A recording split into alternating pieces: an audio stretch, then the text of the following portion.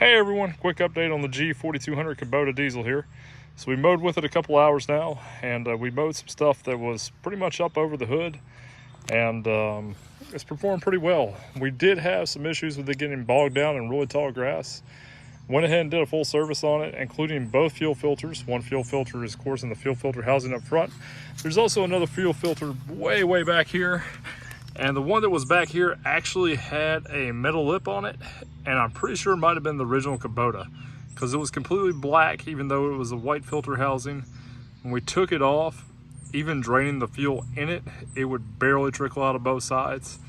And after doing the service, it seems to run much better. We also went ahead and sharpened the blades on it, which probably helps, but honestly it does pretty good. I mean, I can mow in third gear going up and down hills with this thing, and yeah. We also went ahead and loaded the rear tires. We just put some water in them for the time being, and that definitely helped it get a little bit more traction on the big hills. But overall, it's doing pretty good. One big thing we made was that the original exhaust bracket here had been repaired, and well, those were the welds that came off of it.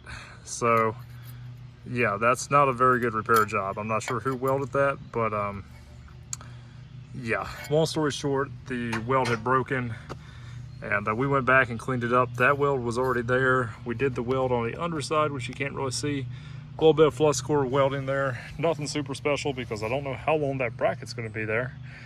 Because we also have this little guy still sitting around. That's right. Yeah, it's a little crusty and rusty, but it has low hours on it, and we've got everything there that we need. And yeah, there's plenty of places for that little fella to fit under the hood here, and at some point that might actually happen. I think it would benefit from a little bit of boost, not a tremendous amount here, but you know, a couple PSI would definitely help it out on the hills. And overall, I really think that it just needs a turbo, especially since we already have one. Injection pump is all still stock. We haven't turned up the RPMs or anything, because I'd like to see where the factory RPMs are at before we mess with that. Also, all the pump shims are still in place here. It has not been altered at all from factory. Before we mess with the injector timing or the fueling, you know, we need to have ways to monitor that. Cold start on this has been pretty difficult, and it looks like it has the factory glow plug still in it. So that's gonna be the next thing, is just replacing both of the factory glow plugs, and we'll kind of go from there. But overall, been really happy with this little Kubota. It's done really well. The only issue we've ever really had was when we were cutting really tall dry stuff. Temperature gauge never got hot, but it did start creeping up.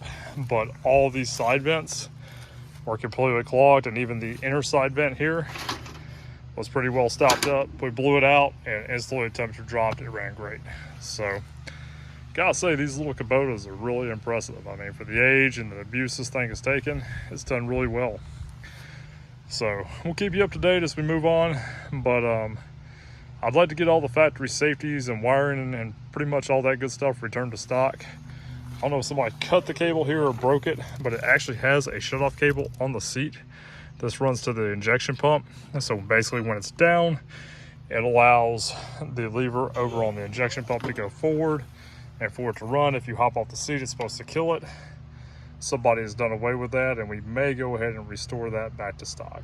So I'm gonna see what options we have there. I need to look up a diagram and figure that out. But overall, yeah, been really happy with this little machine so far. Really wish it had a little bit wider deck on it. I wish it had the 44-inch versus the 40-inch. So if you know an RC 44 deck laying around somewhere on the East Coast, let me know. But yeah, for right now, we're going to keep rocking it, and catch y'all next time.